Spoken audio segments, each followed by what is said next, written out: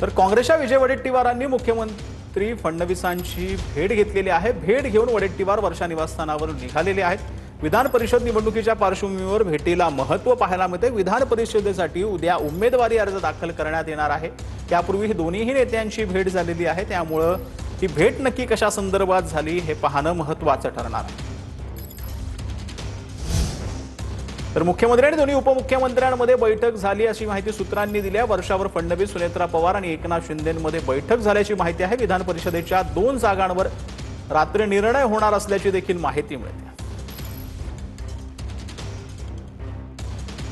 आपले प्रतिनिधी गिरीश गायकवाड सध्या आपल्या सोबत जोडले गेलेले आहेत। गिरीश, खरं म्हणजे वर्षावरती बैठकांचं सत्र पाहायला मिळते। काँग्रेसचे नेते विजय वडेट्टीवार देखील जाऊन भेटलेले आहेत, परंतु त्यासोबत तिन्ही नेत्यांची म्हणजे मुख्यमंत्री देवेंद्र फडणवीस आणि दोन्ही उपमुख्यमंत्री एकनाथ शिंदे आणि सुनेत्रा पवार यांची वर्षावर बैठक झाल्याची माहिती मिळते। काय अधिक अपडेट?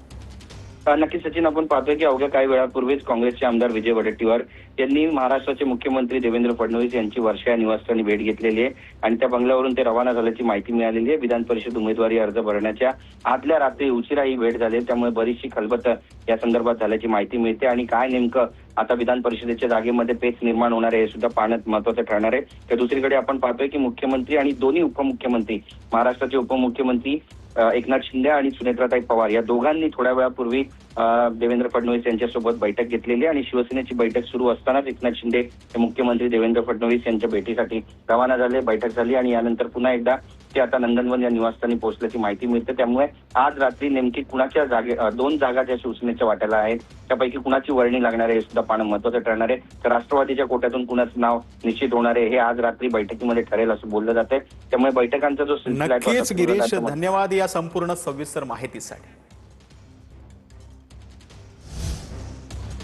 आनंद परांजपेंनी नंदनवनमध्ये एकनाथ शिंदेंची भेट घेतलेली आहे। खासगी कामासाठी आनंद परांजपेंनी भेट घेतल्याची माहिती आहे। मात्र नंदनवनमध्ये जाऊन भेट घेतल्यानं चर्चांना उधाण आलेलं आहे। सध्या विधान परिषदेसाठी अनेक जण इच्छुक आहेत आणि याच दरम्यान आनंद परांजपेंनी नंदनवनमध्ये एकनाथ शिंदेंची भेट घेतलेली आहे। राष्ट्रवादीचे प्रवक्ते आहेत आनंद परांजपे, त्यामुळे या भेटीला जे आहे ते नक्की कशा संदर्भात ही भेट झाली हे पाहणं महत्त्वाचं ठरणार आहे।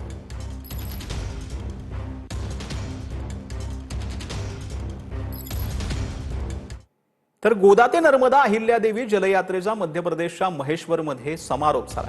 या यात्रेच्या निमित्तानं पाण्याच्या संवर्धनाचा संदेश देण्यात आला। अहिल्यादेवींच्या जन्मभूमीपासून सुरू झालेल्या यात्रेचा कर्मभूमीमध्ये झालेल्या ठिकाणी समारोप करून संदेश देण्याचा प्रयत्न करण्यात आलेला आहे। माननीय मुख्यमंत्री देवेंद्र जी फडणवीस जी ने द्वारा निर्धारित जल समृद्ध सूखा मुक्त महाराष्ट्र का विजन